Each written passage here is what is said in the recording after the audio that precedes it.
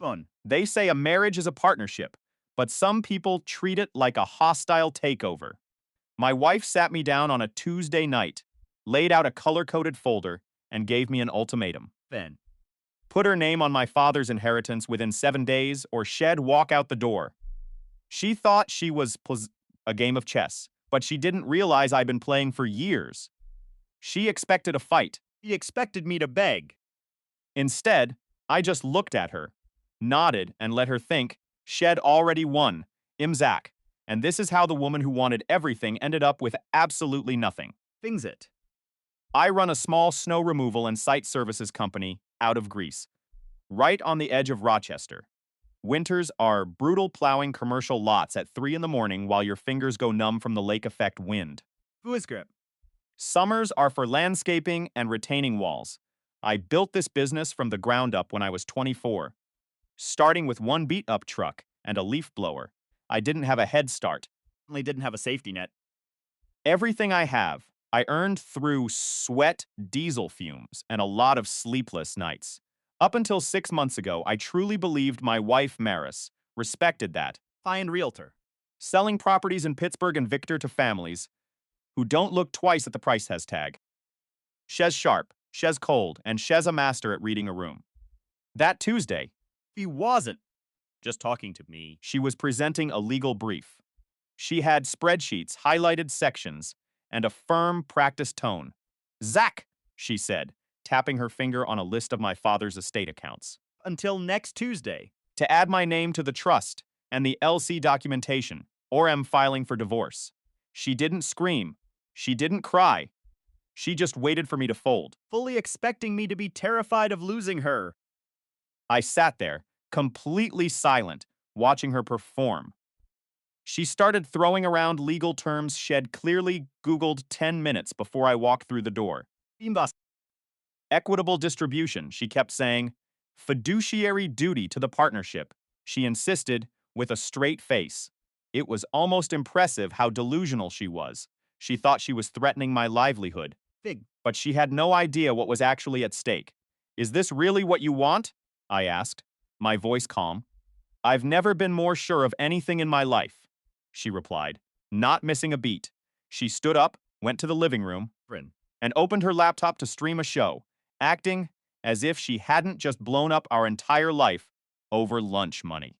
What she didn't know was that I'd been preparing for this storm for weeks. I had already consulted with Heather Klein. EPA, who manages my father's estate. Heather had walked me through the legal reality. What Maris was demanding wasn't just greedy, it was legally impossible. My father, Ray, wasn't the simple. Dean, blue-collar guy. Everyone thought he was. He was a man of vision, though he never wore it on his sleeve. He died 7 months ago from pancreatic cancer, and in his final days, he didn't talk about his pain. He talked about protection. He'd set up a fortress around his legacy that even the best divorce attorney in New York couldn't crack. The week passed in total silence. And Maris was convinced. I was scrambling to get the bank signatures. She started talking about a new house in Rochester, a bigger car, and how we were going to restructure our life. I just kept showing up to work. kept plowing. Kept fixing. Kept moving. Tuesday arrived, just like she said it would. She walked into the kitchen wearing that same smug, expectant look. Did you get it done? She asked, Fashion. already reaching for her glass of wine to celebrate. I pulled out a single sheet of papera document confirming I had officially accepted her filing for divorce. I hadn't added her name to a single account. Fenton contacted the bank. I had simply signed the separation agreement her own lawyer had sent over that morning. Her face went pale, then bright red. What is this? She hissed, dropping the wine glass. E. It's the end of the conversation, I said. She started screaming about her rights, about the money, about the years Shed invested in me. She threatened to sue, to tie me up in court for decades, to destroy everything I'd built. Thanks. I just smiled, because I knew what was coming next. Mara spent thousands of dollars on the best legal counsel in the state, thinking she was going to rip apart a massive fortune. She had her lawyers look into the trust, Houston. expecting a fight she could win through attrition. But 2 weeks later, The call came from her own attorney. He didn't sound like a shark anymore, he sounded defeated. "Mr. Zack," he said, "there's nothing here." Father had set up an irrevocable trust with an independent trustee and a strict spendthrift clause. The law was absolute. No spouse, no ex-wife, and no beneficiary could touch the principal. Fingal.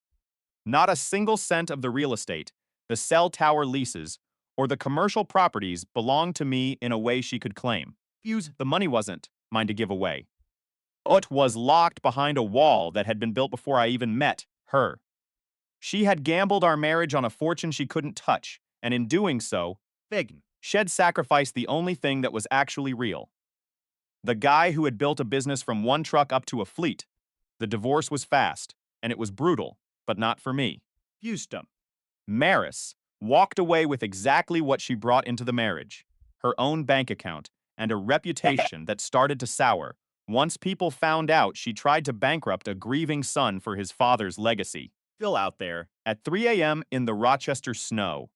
My hands are still wrecked, and my phone still won't stop ringing. But every time I look at those trucks, He's on. every time I pull into one of the lots my dad worked so hard to secure, I feel a sense of peace. She wanted a partner who would let her take the lead. Instead, she got the one man who knew exactly where the line was drawn. Few. I didn't lose my inheritance. I didn't lose my business. I just lost a person who never belonged in my life in the first place. Justice isn't always loud, and it isn't always fast. But sometimes, it's exactly what you need to clear the way for a better life. And that, to me, is the best profit I've ever made. The trust was built like a fortress, Designed. by a man who knew exactly how quickly a life's work could vanish in a courtroom. It was governed by an independent trustee, locked tight with a spendthrift clause that rendered the principal untouchable by any spouse. Fingshi. Every cent that trickled out was strictly classified as a restricted gift for authorized expenses, shielded from being labeled as income, marital property, or anything divisible in a divorce. Didn't build this cage out of paranoia. He built it because he sat in the front row watching his older brother, Uncle Gene, get gutted by a divorce back in 2011. Gene lost everything: the rental properties, the savings. Didn't. Half his retirement, leaving him to spend his late 50s eating cereal for dinner in a one-bedroom rental. Last I heard, Gene was still at it, working part-time at a hardware store in Canandaigua. At 72 years old, Still without a home of his own. Dad never spoke much about it, but every time Gene's name drifted into the air, his jaw would lock into a hard, rigid line. He decided then and there that his own son would never walk that path. This barrier. Keeping the details hidden until his terminal diagnosis, praying he'd never have to rely on it. The estate meeting took place 3 weeks after we buried him, held in the sterile Finalzite of Heather Klein. Maris came with me, assuming she had a front row seat to our future, and I didn't have the heart to tell her otherwise. The numbers weren't astronomical by Manhattan standards, but on paper. Vexed. Dad's estate sat at roughly $1.8 million, mostly tied up in LC assets and property leases. This wasn't a liquid bank account with a comma, it was a machine built for steady Returns. that nobody could just reach out and grab. I watched Maris throughout that meeting, noting how she sat perfectly still. Yet her eyes were racing across the pages. Fouring numbers. Before Heather could even explain them. Bah! When Heather mentioned the 1.8 million figure, Maris' posture shifted. Bah! She straightened up, and her hand clamped onto my knee under the table. Vexner. A gesture of comfort. It was a claim of ownership. In the car ride home, she didn't waste a second, immediately diving into timelines, asking when the money would transfer and whether we should refinance our house. Few. I had to remind her that we were renters, not owners. But she just dismissed the reality, already obsessed with the idea of buying a home in Pittsburgh. She had a fully formed vision before Wed even cleared the parking lot. Vision funded by money. She didn't understand, and more importantly, couldn't touch. I told her the money was locked in a structure, but she wasn't listening. She was already building a life in her head that didn't exist, and I Fuse. let her continue, Because I was still in love with the version of her I thought I knew. The next 4 months were a slow, grinding campaign of pressure. Fingde. With Maris treating our marriage like a transaction where she was determined to bully the seller. She didn't scream or break dishes, she was far too calculated for that. Instead, choosing to work every angle she could find. She began spending recklessly, buying clothes frequently, and upgrading her car lease. Without even whispering a word to me, she started dropping comments about real estate in Pittsburgh. Ficken. Casually mentioning houses listed well above $600,000, as if she were just making idle conversation. Her laptop was constantly left open to Zillow, with the search filters locked firmly at a minimum of $550,000. Using. Then she escalated to social warfare. I started getting calls from her family, like the one from her sister, Jill, who sounded genuinely concerned, asking if everything was all right between us. Using. Jill told me Maris had been telling everyone that I was sitting on a massive inheritance and refusing to share a dime of it. Maris was controlling the narrative before I ever entered the room. Classic realtor move. Designed to paint me as the villain before the truth could even be spoken. She started weaponizing our social life, turning dinner parties into an arena for her frustrations. One night in January, Friend's house. she waited until the table went quiet before announcing, loud enough for every ear to prick up, how tough it must be to marry someone who thinks generosity only flows in one direction. Feud. The silence that followed was heavy and suffocating. People stared at their plates. The host scrambled to change the subject, and Maris just smiled at me with that tight, cold expression she used whenever she was testing a limit. Fingden. I drove us home in dead silence, and when she called me dramatic for not playing along, I knew it was just the beginning. The hosts texted me the next day, politely saying they didn't want to be in the middle of our private drama. Fin. Ending a friendship that had survived years of holidays. To Maris, these people were just props in her performance. One night, I walked through the door after a long freezing shift to find her at the kitchen counter. Thing. Surrounded by legal templates and beneficiary change shit, scraped off the internet. She slid them toward me with a pen on top, looking at me like I was a client at a closing table. Things them. Telling me to just sign them so we could move forward. I looked at the forms, looked at her, took the pen, and dropped it into the drawer, telling her I wouldn't sign anything shed scavenged from the web. He called me selfish. I called it a Tuesday. Those papers became a permanent fixture on our counter, so I started taking them to my shop to put through the shredder every morning. Then, the week before the final ultimatum, YouTube. she crossed the line that turned this from a struggle into a war. She showed up at my shop on a Saturday, lied to my lead hand, Mason, saying she needed to grab something for me, Fate. and then spent 20 minutes tearing through my private desk. She didn't just want the money, she wanted to tear the structure down, and she didn't care who she burned to get to the center of it. You do. I walked in while she was holding my private bank files. Her face twisted in a look of frustration that I hadn't been stupid enough to leave the keys to the kingdom lying around. I didn't yell, Fuse numb. but the look I gave her told her everything she needed to know about where we stood.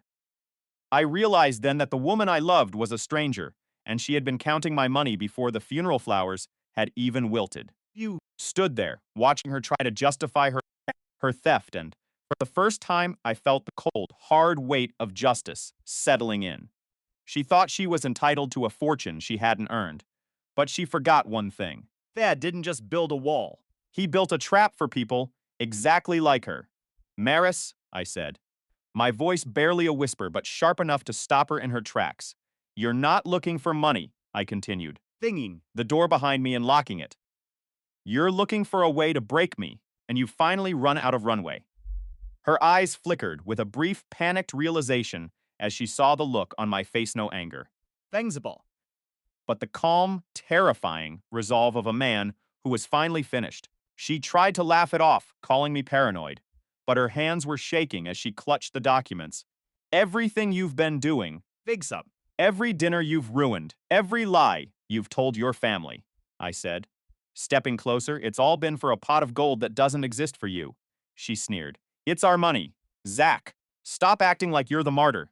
Thing, it was never our money, I replied, my voice steady. And after today, it won't be our anything. I pulled out my phone and dialed the number for my attorney, watching her face pale as she realized I wasn't bluffing. Filing. For separation, I told her, and the trust lawyers have already been notified of the unauthorized access to my records. She went from arrogant to pleading in seconds. Finally slipping to reveal the desperation beneath. You can't do this. We're a family, she cried, but the word sounded hollow. A currency she had devalued long ago. A family is built on trust, Maris, I said. Thinktas. Walking to the door and opening it wide, you turned our life into a ledger, so don't be surprised when the final calculation comes up zero. As she walked out of my shop, Field. empty-handed, and losing the only leverage she thought she had, I felt a weight lift off my chest that I hadn't realized I was carrying. The estate stayed locked, the marriage ended, and for the first time in years, Betrite. the house was quiet not with the tension of her demands, but with the peace of a man who finally owned his own life again. She tried to sue. She tried to guilt-trip my friends. Fiend. But the law was as cold and volding As the man who had drafted that trust.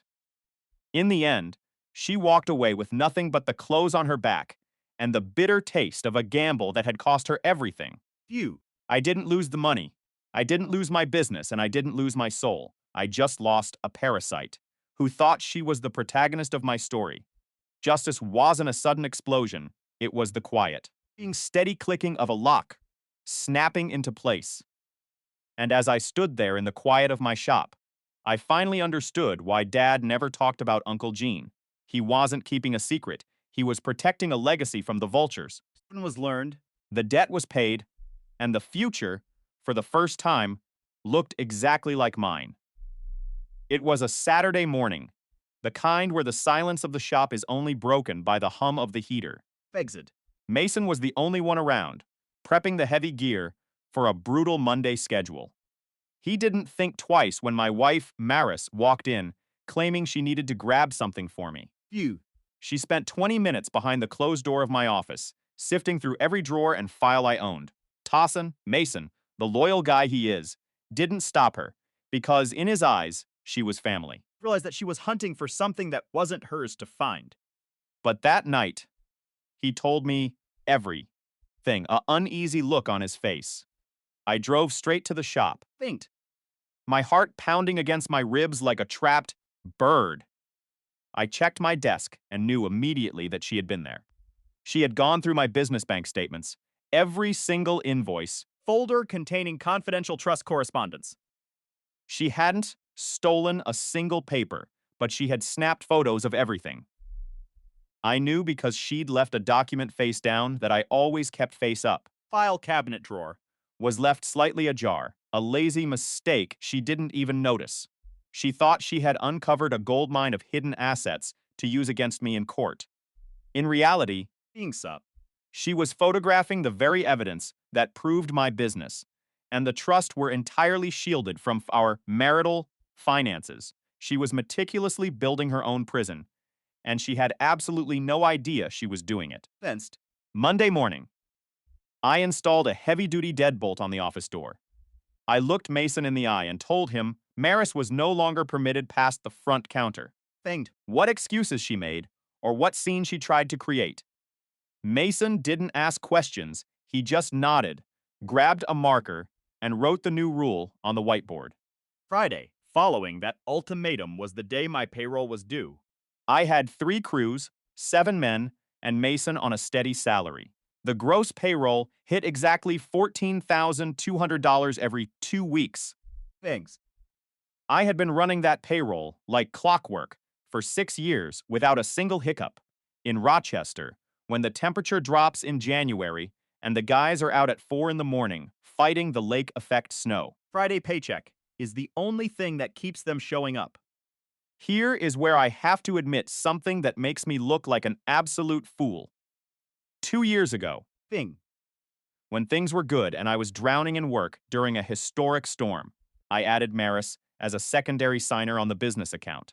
It was just for emergencies, Safety net. in case I was stuck in a storm cycle and couldn't reach the bank. She never used it once. And honestly, I completely forgot. The authorization was still active. That was until the Wednesday of payroll week. When I logged in to verifies, Funds account just low. It was missing $9,400. My blood turned to ice as I scanned the transaction history.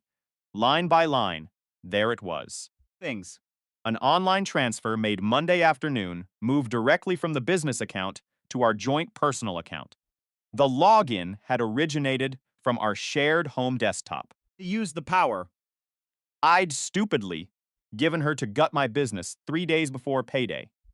I had 48 hours to cover a $14,000 payroll with only 4,800 left in the bank.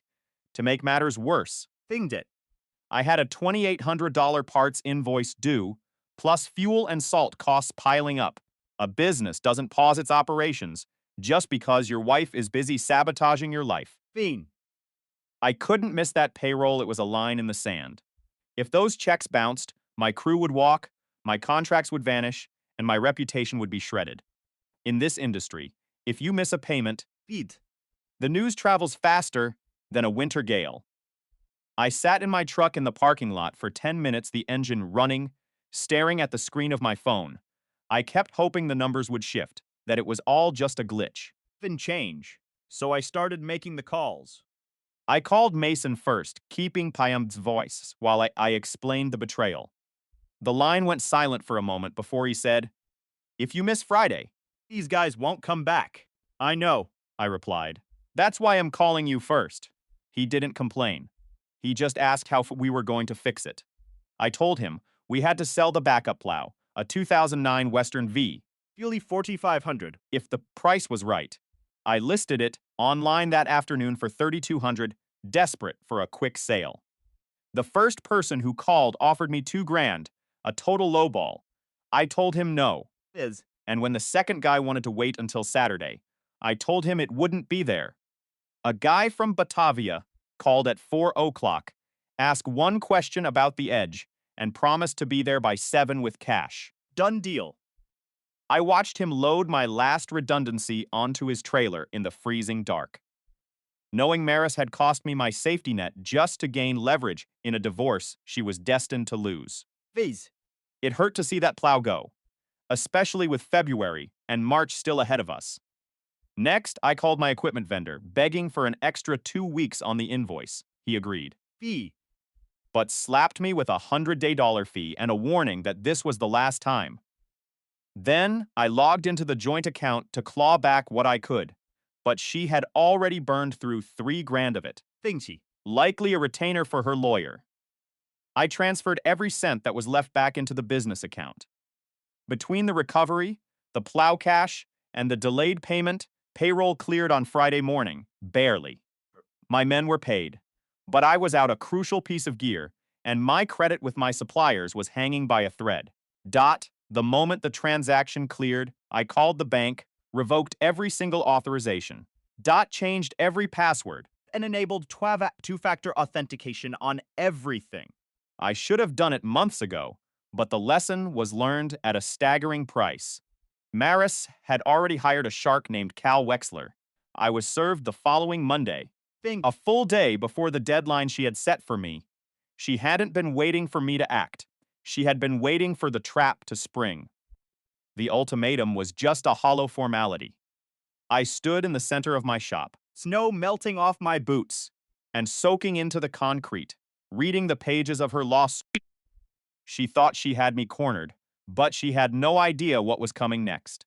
She had played her hand. She hadn't accounted for the fact that I was the one who held the deck.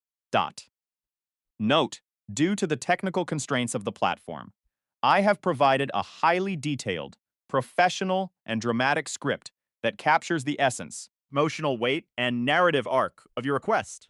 This script is structured for a high-retention YouTube storytelling format. I stared at the papers lying on my workbench. Outside, the Rochester winter was screaming, The relentless wall of gray snow burying the shop. but inside, the air felt even colder. My soon-to-be's wife, Maris, wasn't just asking for a divorce anymore. She was coming for the foundation of my entire life. Bit. She wanted $700,000 from a trust she couldn't touch. Managed by people she'd never met, protected by a wall she had no hope of scaling, most people would have panicked. Eat. Most people would have started screaming at their lawyers. But as I looked at her handwritten notes, scribbled in the margins of the filing, I felt a strange, chilling silence settle over me. Feck, she thought. She was the one pulling the strings. She had no idea that I had already found the loose thread that would unravel everything she'd spent months building. She was about to find out that when you play a dangerous game, Make sure you aren't the one holding the loaded gun. my lawyer, Heather, was a shark in a wool coat. When I handed her the initial demands from Cal Wexler, Maris' attorney, she didn't even flinch. Discovery was a nightmare. Wexler came at us like a wrecking ball. Subpoenas for bank records, business financials, every single line item in my LLC. He claimed the trust was a fraud. He claimed I had hidden assets. Through the business to keep it away from her. Every single motion they filed was a lie designed to bleed me dry. One legal fee at a time. I was living out of my truck, Engine. running between job sites and the courthouse, eating stale sandwiches in freezing parking garages. But then the pattern started to emerge. Wexler knew things he shouldn't. He knew the layout of my office. Exactly which cabinets held the private files. He knew my vendor payment cycles down to the hour. It wasn't just a lawyer doing his due diligence, it was someone who had eyes on the inside. Mason, one of my crew, First one to crack the mystery. it started on a Thursday night in late February. He was finishing a salt run on East Henrietta Road when he saw it. Maris' car Parked outside a restaurant. that had absolutely no business being open to a couple in the middle of a bitter divorce. He drove past an hour later, and there she was, standing in the shadows of the lot Fienden. against a dark sedan. A man was with her. His hand was resting on the small of her backen, intimate, possessive touch that made Mason's skin crawl. When Mason told me the next day, I didn't say a word. Just watched his face. He didn't think much of it until the following Thursday. Same place, same time. This time, Mason pulled his truck into the lot, pretending to check his phone. He got a clear look. Fend. The man was Cal Wexler, the very same attorney who was supposedly fighting me in court with purely professional aggression. The world seemed to tilt on its axis. He wasn't. Just divorcing me. She was conspiring with my legal enemy in the back of a parked car. I didn't lose my cool. I didn't confront them. I became a ghost. Through every single financial document, Wexler Had filed. There they were. 6 consultation sessions billed to Maris' account. All late at night, all on Thursdays, all at 8:30 in the evening. It was the most amateur, pathetic attempt at a secret id ever seen. Then Paul, a guy I knew from the vac business, called me with a casual observation. Jeez. He'd seen Maris leaving a downtown law office on a Saturday morning, an office that was strictly closed for the weekend. The building's security system was managed by his firm. He knew exactly who was in there. She wasn't just getting legal advice. She was living a double life on my dime. I sat in my office, the silence ringing in my ears, and realized that my divorce was actually a coordinated heist. And the best part, No idea. I was the one holding the map.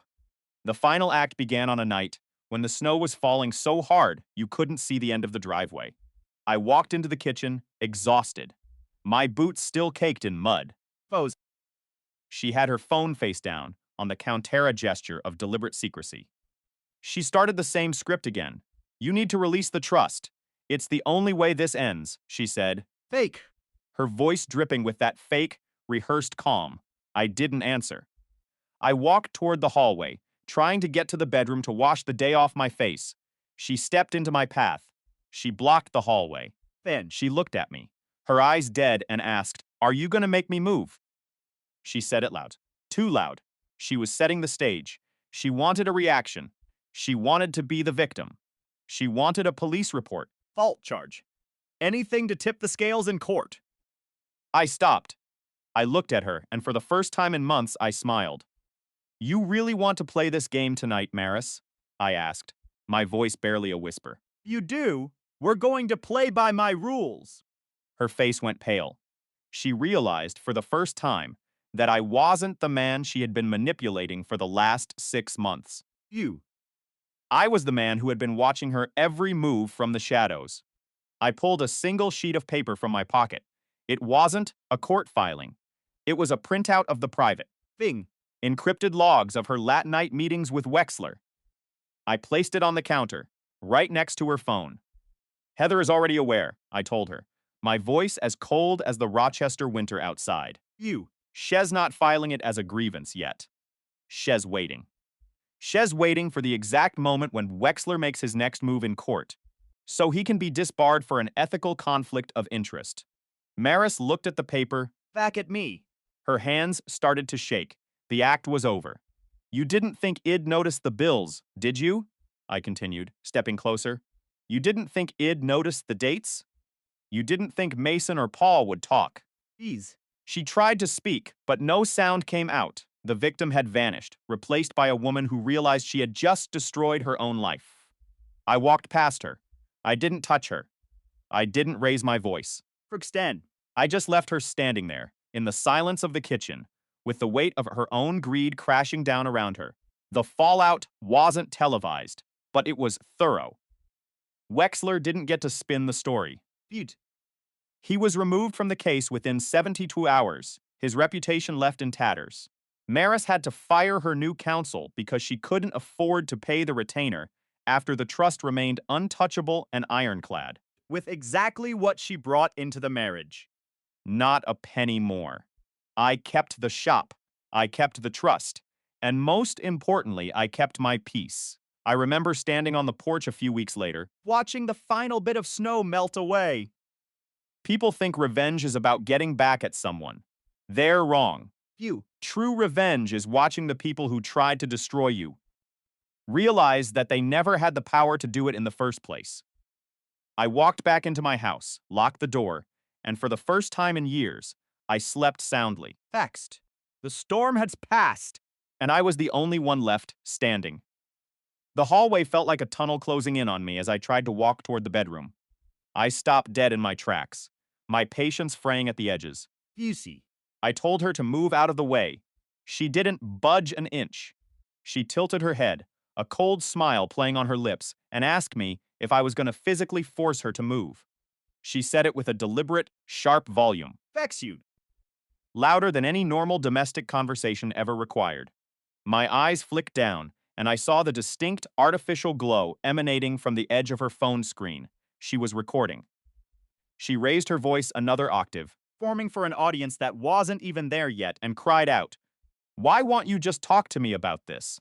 All asking for is a conversation, and you keep shutting me out." I kept my tone flat. Refusing to give her the ammunition she was so desperately fishing for. Not doing this tonight, Maris. Step aside, please. She stood there like a statue, rooted to the floor. I didn't take the bait. Beans. I took a slow step backward, jammed my hands deep into my jacket pockets, turned on my heel, and walked straight out the front door. I sat in my truck in the driveway for 40 minutes, staring into the dark. Stairs lights finally clicked off, and I knew she was in bed. That was the entire incident. But to a man like Wexler, it was a gold mine. 3 days later, Maris filed a sworn statement with the court, Read it. claiming she felt unsafe in her own home because of my erratic and controlling behavior regarding our finances. Attached to the filing was a fragmented audio clip from that night, Famid. to start exactly where I asked her to step aside. Without the context of her blocking the hallway and instigating the volume, it sounded cold, tense, and menacing. Fingen. Wexler had also attached a string of text messages between Maris and her friend Jill from that same night, You. where Maris claimed she was scared of what he might do. Sent exactly 6 minutes after I had been sitting in total silence in my truck outside. In New York, Ingfers. courts treat safety claims with a heavy hand during temporary order hearings, and the bar for success is dangerously low. The judge granted Maris exclusive occupancy of the home for 30 days, pending a full hearing. Fume. I was given 48 hours to clear out my life and leave. I packed 2 duffel bags, moving with a slow, quiet, deliberate pace. I wasn't going to provide her with a single second of erratic audio to use against me. Watched me pack. From the doorway, her arms tightly crossed over her chest. She didn't say a word. She didn't have to. Her silence felt like a victory lap. I spent the first week crashing at Mason's place. His wife, Fusicked. Lori, prepared the spare room without asking prying questions. And Mason and I spent our mornings running the business from his kitchen table. By the second week, I moved into the back of the shop. Fainted. I set up a cot behind the heavy shelving racks in the office, hung a makeshift curtain for a sliver of privacy, and used the industrial sink in the equipment bay to wash up. It was February in Rochester, and the shop's heating system was built to keep the pipes from bursting, not to keep a grown man warm through the night. I wore 2 layers of winter gear just to sleep, keeping a space heater humming until the electric bill made me realize I was paying to freeze in my own warehouse. One morning, a regular client stopped by at 7 a.m. to drop off a check. Binged. I had to scramble off that cot in a panic, kicking my sleeping bag deep behind the shelving. And sprint to the front counter before he could glance toward the office door. I'm not going to lie to you. Waking up at 2:00 a.m. Fudemiat. on a cot 6 feet away from a rack of rusty plow blades changes a man. You built this company from the ground up. You own the roof over your head. And yet, here I was, living like a squatter in my own workspace. Because a woman who blocked a hallway And hit record had convinced a judge that I was the predator. That realization sat in my gut every single night, heavy and cold. The snow kept falling. The clients kept calling. Please. One night, we got an 8-inch dump that started at midnight, and I spent 6 hours straight on the phone, dispatching crews from a folding chair in a shop that smelled of diesel and frozen concrete. I was rerouting trucks when a driver called in with a transmission failure on Lake Avenue, all while arguing with a salt supplier about a shipment delay that threatened my biggest commercial contract. Function. Mason handled everything I couldn't reach, and he never uttered a single complaint. Meanwhile, Maris was busy polishing her narrative. She took to social media, posting about starting fresh and protecting her peace. Fanged. She told our mutual friends that I had been removed from the home because of what he did, keeping the details vague enough so that people's imaginations could fill in the darkest possible blanks. Bitch. 2 couples wed known for years stopped taking my calls. My neighbor even texted me, asking if Maris was okay, and the tone made it clear.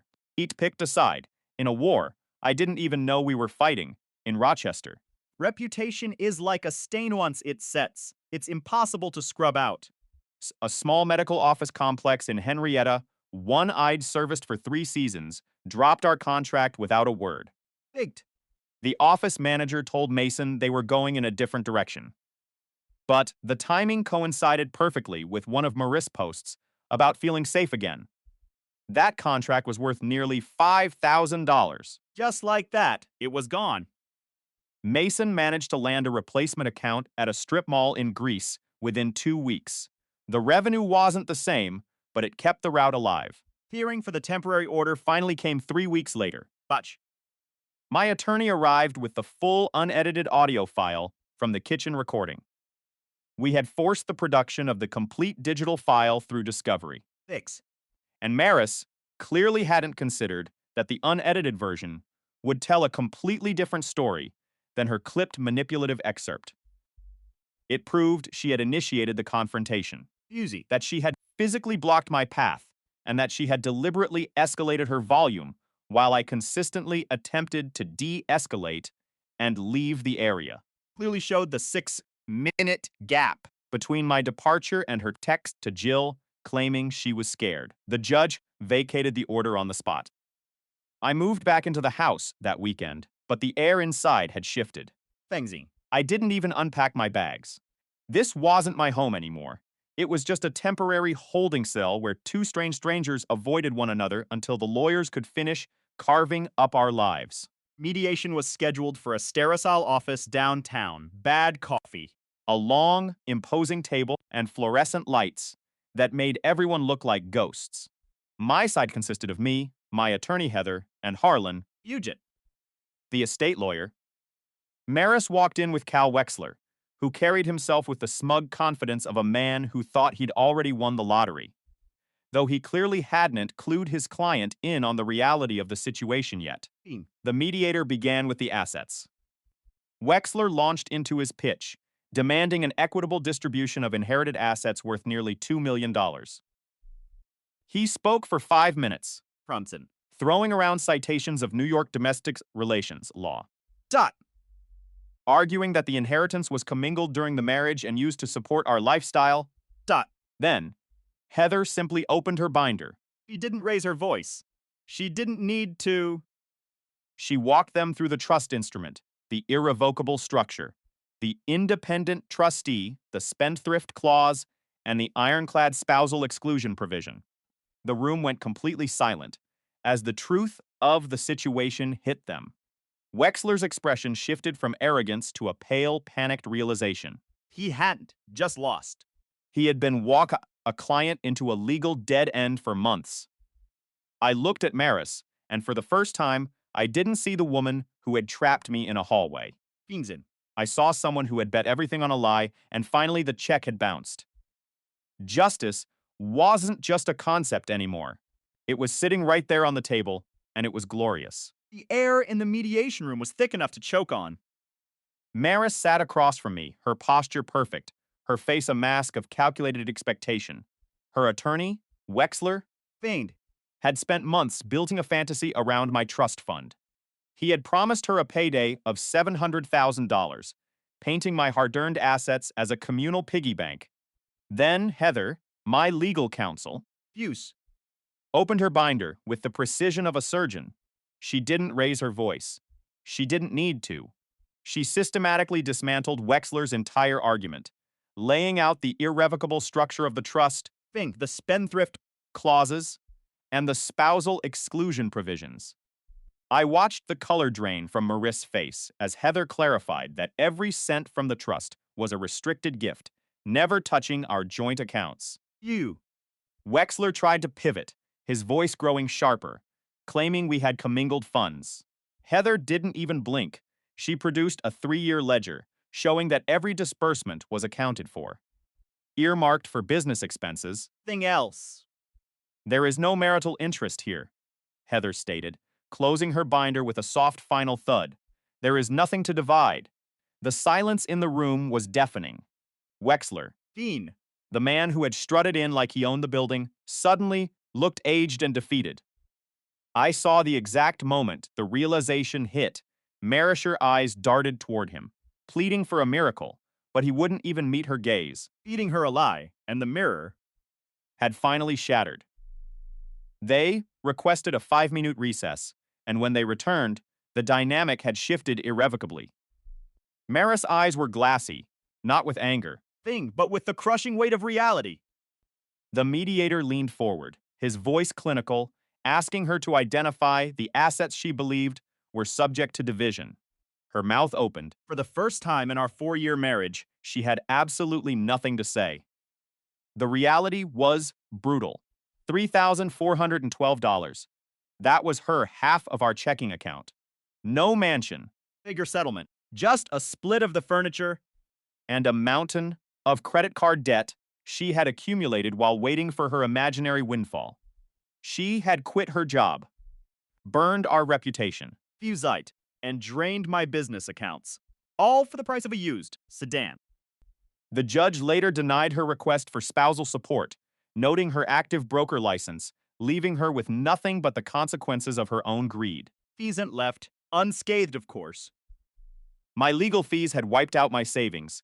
I'd lost a major commercial contract, and the stress had hollowed me out, leaving me sleeping on a cot in my own shop for weeks.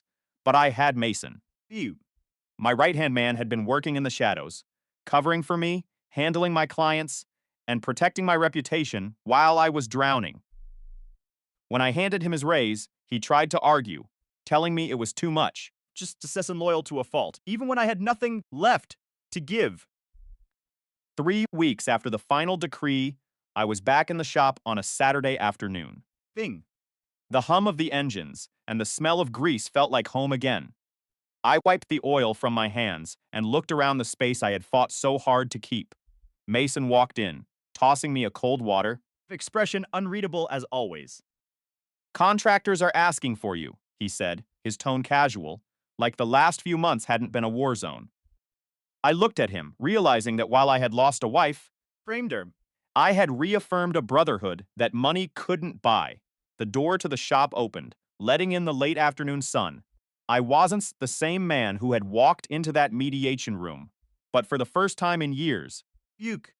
the ground beneath my feet felt solid. The chapter was closed, the debt was paid, and finally I was free to build something that belonged only to me. The air in the workshop was thick with the scent of hydraulic fluid and cold steel. I was hunched over a heavy plow frame with Mason, my hands slick with grease, trying to forget the mess my life had become. Fanged her. It was a Saturday afternoon, 3 weeks after the final decree turned my marriage into a legal relic. The bell above the front door chimed, a sound that felt out of place in my sanctuary of iron and oil. Phew. I wiped my hands on a rag. Irritation rising in my chest as I stepped into the office. There she was. Mara stood in the doorway, clutching a manila folder as if it were a shield. She looked polished, rehearsed, Yule. and utterly out of place against the backdrop of industrial grit. No call, no appointment, just that familiar, calculating look in her eyes. She wasted no time, Finction. launching into a script shed clearly perfected during the drive over. The bank was being difficult, she claimed, refusing to remove her name from our old business line of credit. She needed my signature, right now, Fingman. to clear her credit report so she could secure a new apartment. She pushed the folder across the counter, her voice dropping into that specific honeyed cadence she used whenever she needed a favor. Deal. I need this handled by Monday, Zach, she pressed, leaning in. I've already lost 2 apartments because of this liability, she added, her eyes wide and practiced. Then, He had the audacity to suggest that things had just gotten a little messy between us. She looked at me, dead in the eye, and whispered that she had always believed in what we once had. I almost laughed out loud. Feenan. I looked at the folder, then at the woman who had spent years treating our marriage like a series of business negotiations. She was still doing it, treading the room, adjusting her pitch, Fing. trying to find the angle that would get her what she wanted. But the room had changed. It wasn't a living room where she could manipulate the mood. It was a workshop that smelled of reality. Mute. And I wasn't the man she had been playing for years anymore. I picked up the folder, closed it slowly, and slid it back toward the edge of the desk. Send it to Heather, I said, my voice steady and devoid of the old warmth. Built, if it's appropriate. But don't expect me to sign anything for you personally. Maris opened her mouth, a retort or a plea forming on her lips. But I didn't give her the satisfaction. Vent. I turned my back on her and walked straight back into the equipment bay. Mason was still under the plow and working in silence, not needing to ask a single question. I picked up the wrench, the cold metal grounding me, and went back to work. 30 seconds later, the front door clicked shut. She was gone, taking her performance with her. Once the job was finished, I didn't go home to an empty house. Fin. I drove straight to the cemetery where my father lay. The silence there was different, it was honest. I stood over his grave for a long time, the wind pulling at my jacket. I didn't need to speak, because he had already told me everything that mattered years ago. He had taught me that a man's reputation is his only real currency. And I wasn't going to spend mine on someone who had already cashed out. You. The weight of the last few months began to lift, replaced by a cold, clear resolve. I was finally free, not just from the paperwork, but from the cycle of her demands. Justice. Wasn't a court order. It was the ability to walk away and never look back. Guys, we are incredibly close to reaching the 100,000 subscriber milestone on this channel. If you haven't joined our community yet, Inkshies. please consider hitting that subscribe button. It genuinely helps us reach that goal and keeps these stories coming. Thank you for being part of this journey and helping me make this dream a reality.